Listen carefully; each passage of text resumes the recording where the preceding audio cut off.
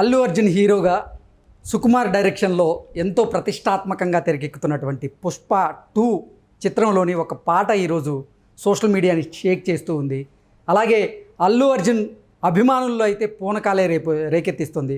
దాంతోపాటుగా ఆంధ్రప్రదేశ్లో సార్వత్రిక ఎన్నికలు దగ్గర పడుతున్నటువంటి నేపథ్యంలో జనసేనాని పవన్ కళ్యాణ్కు అల్లు అర్జున్ ప్రత్యక్షంగా పరోక్షంగా మద్దతు ఇచ్చినట్లుగా గాజు గ్లాసు సింబల్ని చూపించి ఈ సాంగ్లో ఆయన డ్యాన్స్ చేశారు అంటూ కొన్ని వార్తలు వస్తున్నటువంటి నేపథ్యంలో ఈ అంశం మీద మనతో మాట్లాడేందుకు ప్రముఖ రాజకీయ విశ్లేషకులు, ప్రముఖ సినీ క్రిటిక్ దాసరి విజ్ఞాన్ మనతో ఉన్నారు. విజ్ఞాన్ గారితో మాట్లాడదాం. విజ్ఞాన్ గారు నమస్తే అండి. హాయ్. పుష్ప 2కి సంబంధించినటువంటి సాంగ్ ఇప్పుడు సోషల్ మీడియాలో హల్చల్ చేస్తూ ఉంది. ఏంటి ఆ సాంగ్కి సంబంధించిన రివ్యూ ఏంటంటే ఏం చెప్తారు? యాక్చువల్లీ మొన్నటి నుంచి ఫస్ట్ సింగిల్ మే 1కి రిలీజ్ చేస్తాము అంటే తెగ హ్యాపీ ఫీల్ అయ్యారు. మార్నింగ్ 11 సమ్ చేంజ్కి రిలీజ్ చేస్తామంటే ఏదో అనుకున్నారు, బట్ ఈవినింగ్ 5కి రిలీజ్ చేస్తున్నట్టుగా తర్వాత న్యూస్ వచ్చింది. ఇకపోతే ఆ రోజే చూసాము పుష్ప పుష్ప పుష్ప పుష్ప అని అదే లిరిక్ వాడడం. సంథింగ్ ఏదో ఉంటుంది స్టార్టింగ్. అప్పుడు ఫస్ట్ రిలీజ్ చేసిన సింగిల్ ఏంటంటే దాక్కో దాక్కో మేక. అప్పుడు దాని తర్వాత వరుసపెట్టి సాంగ్స్ అన్నీ వచ్చాయి. ఊ అంటావతో ఎండ్ అయిపోయింది ఆ టైంలో. ఇప్పుడు చూసుకుంటే ఫస్ట్ సింగిల్ ఏ రేంజ్లో ఉండబోతుంది, ఫస్ట్ పార్ట్ మ్యూజిక్ పెద్ద హిట్ అందరికీ తెలిసిందే. దానికి మించిన స్థాయిలో ఉంటుందా? మరి దేవిశ్రీ ప్రసాద్ ఏం చేయబోతున్నాడు? అందుకే అంతకంటే ఎక్కువ బడ్జెట్, అంతకంటే ఎక్కువ ఆశలు, అంచనాలు, అంతకంటే ఎక్కువ థియేటర్ రిలీజ్లు, అంతకంటే ఎక్కువే, అంతకు మించి ఉండాలి. అంటే దీన్ని ఏం చేశారు అనే క్యూరియాసిటీ అందరిలో కలిగింది. ఇప్పుడు అసలు విషయానికి వస్తే ఫస్ట్ సింగిల్ అనేది కాసేపట్లో ఇందాక జస్ట్ అలా రిలీజ్ అయిపోయింది.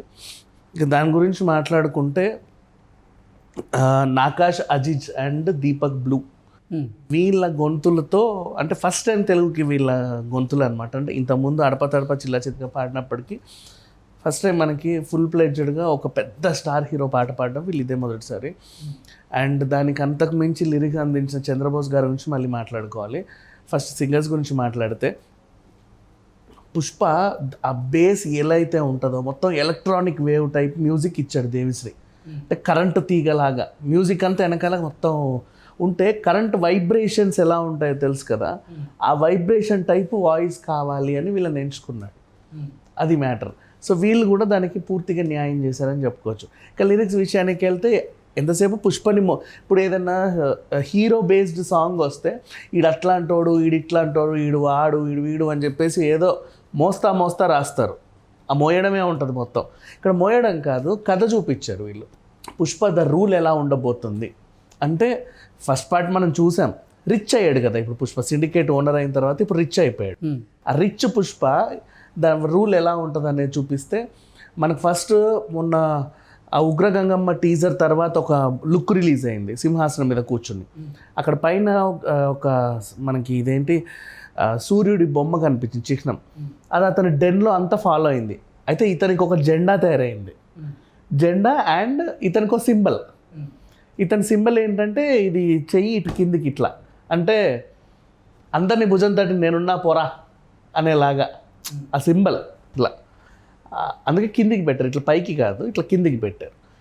అండ్ ఇతనికి ఒక లోగో వచ్చింది పుష్ప. ఆ లోగో చూస్తే ఓకే ఇది పుష్పకు సంబంధించినటువంటి టెరిటరీ అనేలాగా. అంటే ఎవరైనా సరే మామూలుగా ఒక రాజు అయితే, ఏదైనా రాజ్యానికి రాజు అయితే అతనికంటూ ఒక జెండా, అతనికంటూ ఓ గుర్తు, ఇట్లాంటివి ఉంటాయి కదా.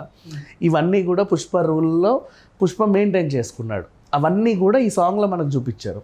అండ్ అంటే నీ ఎత్తు కొలవడానికి ఆకాశం సరిపోదు, నీ లోతు కొలవడానికి సముద్రం సరిపోదు, ఇట్లాంటి లిరిక్స్ అనమాట. అంటే నిన్ను మించినోడు లేడు ఆ ఏరియాలో, నువ్వే మొత్తం ఈ సిండికేట్ మొత్తానికి ఒక్కడివే రాజుడివి అనే రేంజ్లో లిరిక్స్ అనేవి చంద్రబోస్ గారు అందిస్తే, దానికి అంతే ఇదిగా ప్రేమ్ రక్షిత్ గారు కొరియోగ్రాఫర్ చేయడం. అండ్ దాన్ని కొరియోగ్రఫీ డిజైన్ చేశాడు ప్రేమ్ రక్షిత్. ఆ డిజైన్ చేసిన కొరియోగ్రఫీని అంతకే నిలబెట్టడానికి మన విజయ్ పోలంకి ఇది నాయమ్మ నా చిన్ని సాంగ్ ఇంకో ఇద్దరు కలిసేసి దీన్ని మంచిగా మోసారని చెప్పుకోవచ్చు. అండ్ అలాగే గణేష్ ఆచార్య అండ్ మిగతా వాళ్ళందరూ కూడా వాళ్ళందరూ కృషి కనబడుతుంది బేసిక్గా చెప్పాలంటే. ఇక సౌండ్ గురించి మాట్లాడుకుంటే నాకు తెలిసి అనూప్ రూబెన్స్ వాళ్ళ స్టూడియో అనుకుంటా, రూబెన్స్ వాళ్ళ మ్యూజిక్ ఇన్స్టిట్యూట్. సౌండ్ డిజైనర్ కూడా రసూల్ పూకిట్టి చేశాడు. అసలు ఎంత అద్భుతంగా డిజైన్ చేశాడంటే మీరు కొన్ని సాంగ్స్ మాత్రమే ఆ వైబ్రేషన్స్ కనెక్ట్ అవుతాయి, చాలా రేర్గా మ్యూజిక్ సెన్స్ ఉన్న వాళ్ళకే అర్థమవుతాయి అవి. చాలామంది ట్రోల్ చేయొచ్చు, దానికి కాపీలా ఉంది, దీనిలాగా ఉంది, అట్లుంది ఇట్లుందని. కాకపోతే ఏంటంటే ఒక బరువుని మెయింటైన్ చేయడానికి ప్రతి ఇంచు చూసుకుంటాడు కదా. 360 degreesలో ఈ సాంగ్ అనేది అంత అద్భుతంగా ఉందని చెప్పుకోవచ్చు. అండ్ ఈ సాంగ్తో ఆల్మోస్ట్ రికార్డులు బ్రేక్ బై, బికాజ్ అన్ని లాంగ్వేజెస్లో రిలీజ్ చేశారు. సేమ్ లాస్ట్ టైం కూడా అంతే కదా, ప్రతి లాంగ్వేజ్లో దాన్ని రిలీజ్ చేసుకుంటూ వస్తే ఇప్పుడు కూడా అన్ని లాంగ్వేజెస్లో రిలీజ్ చేశారు, అన్ని లాంగ్వేజెస్లోనూ పేలింది. ఇక అసలు విషయానికి వస్తే మొన్న ఉగ్రగంగమ్మ టీజర్ చూపించి అంచనాలు ఎక్కడికో తీసుకెళ్లారు. అసలు తట్టుకోగలమా లేదా అనే రేంజ్లో ఉన్నాయి. అంటే నిజంగా సినిమా ఆ రేంజ్లో లేకపోతే ఏంటి పరిస్థితులు అందరు ఇక్కడ దాకా పెట్టుకున్నారు. ఇప్పుడు ఇది నిజంగా పుష్ప సాంగ్ ఎలా అయితే ఆయన ఎత్తేసాడో ఈ సినిమా మీద అంచనాలు అలా పెంచేసింది. అంటే ఈ సినిమా మీద ఉన్న అంచనాల్ని కొలవడానికి ఆకాశం సరిపోదు, లోతు కొలవడానికి సముద్రం సరిపోదు అనేలాగా చెప్పుకోవచ్చు, ఆ రేంజ్లో చెప్పుకోవచ్చు. ఏంది పాట మొత్తానికి ఇప్పుడు అల్లు అర్జున్ ఫ్యాన్స్లో పూనకాలేనా? పాటకు అల్లు అర్జున్ ఫ్యాన్సే కాదు, పాట చూసిన ప్రతి ఒక్కరికి పునకాలే వస్తాయి, ఆ రేంజ్లో ఉంది. ఇంకా అల్లు అర్జున్ ఫ్యాన్స్ గురించి మనము ఇక వర్ణనాతీతం, చెప్పాల్సిన అవసరం లేదు, వాళ్ళు ఆల్రెడీ ఎక్కడో ఉంటారు. సో ఈ సాంగ్ మాత్రం అద్భుతంగా ఉంది. ఎంతో పెద్ద టీం పనిచేసింది తెలుసా, అండ్ ప్రతిదీ చూసుకో డీటెయిలింగ్గా. అండ్ మళ్ళీ ఇంకా కొసమెరుపు ఏంటంటే సేమ్ శ్రీవల్లి సాంగ్లో చెప్పు మిస్ చేసి మళ్ళీ స్టెప్ వేస్తాడు కదా, ఇందులో కూడా చెప్పు మిస్ చేసి మళ్ళీ ఒక స్టెప్ వేస్తాడు. ఆ స్టెప్ మధ్యలో ఫోన్ వస్తే 1 నిమిషం ఆగ్రా మళ్ళీ చేస్తాను లైన్లో ఉండని చెప్పి ఆ స్టెప్ కంప్లీట్ చేసి మళ్ళీ ఫోన్ కంటిన్యూ చేస్తాడు, అదొకటి ఉంది. అండ్ లాస్ట్ ఎడ్జ్లో టీ గ్లాస్ వచ్చింది, పవన్ కళ్యాణ్కి నేను సపోర్ట్గా ఉన్నాను అని సినిమా సింగిల్తో చెప్పాడు. అంటే కుటుంబంలో ఒక మనిషి ఉంటే నిజంగా అవతలోళ్ళు మనల్ని ఎన్నన్నా మనకంటూ వాళ్ళ మీద ప్రేమ ఎప్పటికీ చావదు అంటారు కదా, దాన్ని బన్నీ ఎక్స్ప్రెస్ చేశాడు ఇండైరెక్ట్గా తన సినిమాలో, హ్యాపీగా ఎక్స్ప్రెస్ చేశాడు. లాస్ట్కి టీ గ్లాస్ వస్తే టీ గ్లాస్ని అటు ఇటు పట్టని దాంట్లో బిస్కెట్ ముంచుకొని వాడిని పంపించేశాడు. సో ఇట్లా ఇంకో ఇద్దరు కలిసేసి దీన్ని మంచిగా మోసారని చెప్పుకోవచ్చు. అండ్ అలాగే గణేష్ ఆచార్య అండ్ మిగతా వాళ్ళందరూ కూడా వాళ్ళందరూ కృషి కనబడుతుంది బేసిక్గా చెప్పాలంటే. ఇంకా సౌండ్ గురించి మాట్లాడుకుంటే నాకు తెలిసి అనూప్ రూబెన్స్ వాళ్ళ స్టూడియో అనుకుంటా, రూబెన్స్ వాళ్ళ మ్యూజిక్ ఇన్స్టిట్యూట్, సౌండ్ డిజైనర్ కూడా రసూల్ పూకిట్టి చేశాడు. అసలు ఎంత అద్భుతంగా డిజైన్ చేశాడంటే మీరు కొన్ని సాంగ్స్ మాత్రమే ఆ వైబ్రేషన్స్ కనెక్ట్ అవుతాయి, చాలా రేర్గా మ్యూజిక్ సెన్స్ ఉన్న వాళ్ళకే అర్థమవుతాయి అవి.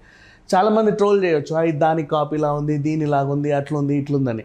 కాకపోతే ఏంటంటే ఒక బరువుని మెయింటైన్ చేయడానికి ప్రతి ఇంచు చూసుకుంటాడు కదా.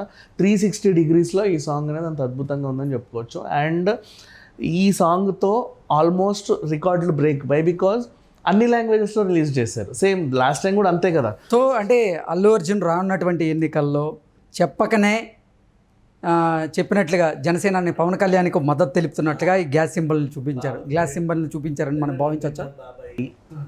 I love you so much అని తన గ్రీటింగ్స్ని చెప్పాడు. అండ్ అంటే ఈ సాంగ్ ద్వారా ప్రేక్షకులకి న్యాయం చేశాడు, అండ్ నెక్స్ట్ ఫ్యాన్స్కి న్యాయం చేశాడు, చివరాఖరికి వాళ్ళ ఫ్యామిలీకి కూడా న్యాయం చేశాడని చెప్పుకోవచ్చు. ఓకే విజ్ఞాన్ గారు, thank you so much. Thank you.